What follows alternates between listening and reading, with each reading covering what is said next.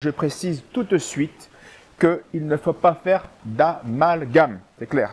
Il ne faut pas dire les juifs, mais il faut dire des juifs.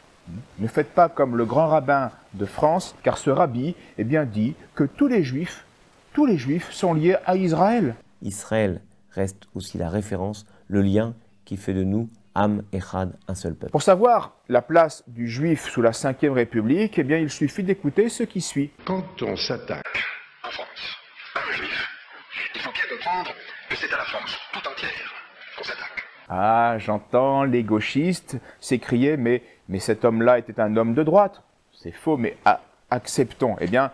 Je leur réponds, écoutez alors ce jugement d'un homme de gauche. Plus de gauche que ça, mais écoutons. Oui, disons-le, à la face du monde, sans les juifs de France, la France ne serait plus la France. Alors, pour les abrutis qui croient en une république en marche, et à son discours ni droite ni gauche, je leur dis que tout cela est blanc bonnet et bonnet blanc, et je leur propose d'écouter ce qui suit. Et je sais aussi que notre république ne serait pas la même, et ne pourrait continuer à être la même, sans les juifs de France. Commencez à comprendre. Si vous voulez mieux comprendre, je vous renvoie à mon livre sur la question juive, justement. La plus grande invention de l'humanité. Et Brofman avait répondu sans hésiter, le prêt à intérêt. Macron, c'est vous qui avez conseillé à David de Rothschild de le rencontrer? Non, il l'avait rencontré, mais je lui ai dit il faut le prendre à tout prix. Mais pourquoi il faut le prendre à tout prix? Parce qu'il était exceptionnellement charmant et intelligent.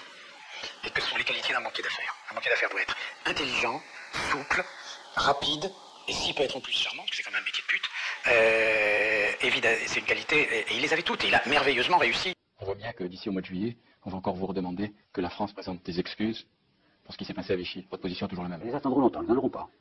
La France n'a pas d'excuses à donner, ni la République. Alors, comme moment, je ne l'accepte rien. Donc, c'est-à-dire que c'est une demande excessive de gens qui ne sentent pas profondément ce que c'est que d'être français, l'honneur d'être français, et l'honneur de l'histoire de France. Et vous recommanderiez à vos successeurs, s'ils sont de droite, d'adopter la même attitude? Ils font ce qu'ils veulent, mais bien sûr. Pas de recommandation à faire. Parce que la pression va se faire également sur eux. Dans 100 ans, peut-être aussi encore. Ouais. Qu'est-ce que ça veut dire?